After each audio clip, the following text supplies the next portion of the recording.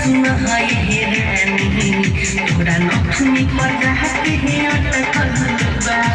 देखो निकाली काली अखिया है जब देखो निकाली काली अखिया है जब वही दिन से निंदिया भटकल बा हमर दिल सुना है रानी थोड़ा नथुनी पर रहते हैं अटकल बा DJ Shiv Narayan DJ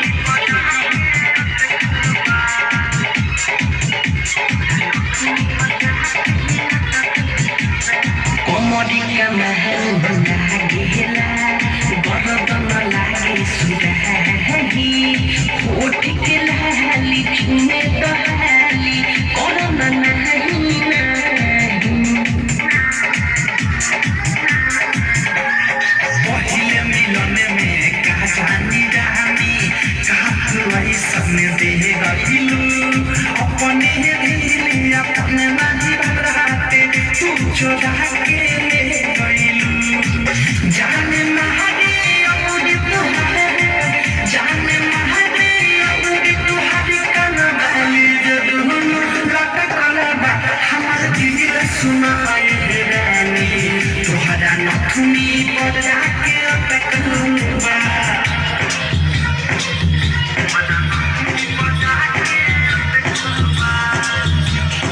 DJ Shiv Narayan DJ Shiv Narayan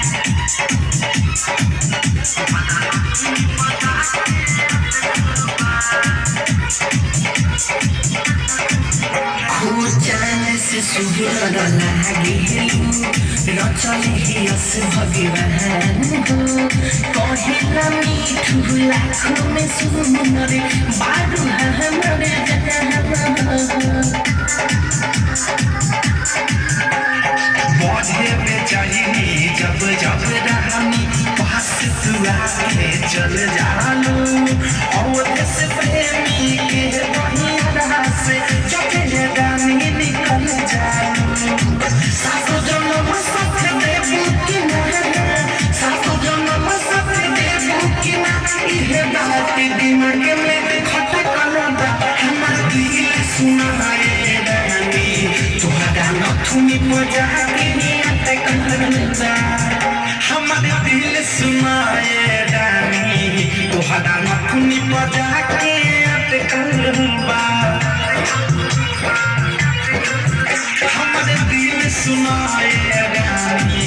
तोहरा नथुनी मजा के अटकल बा देखो निकाली काली अखिया देखो निकाली काली अखिया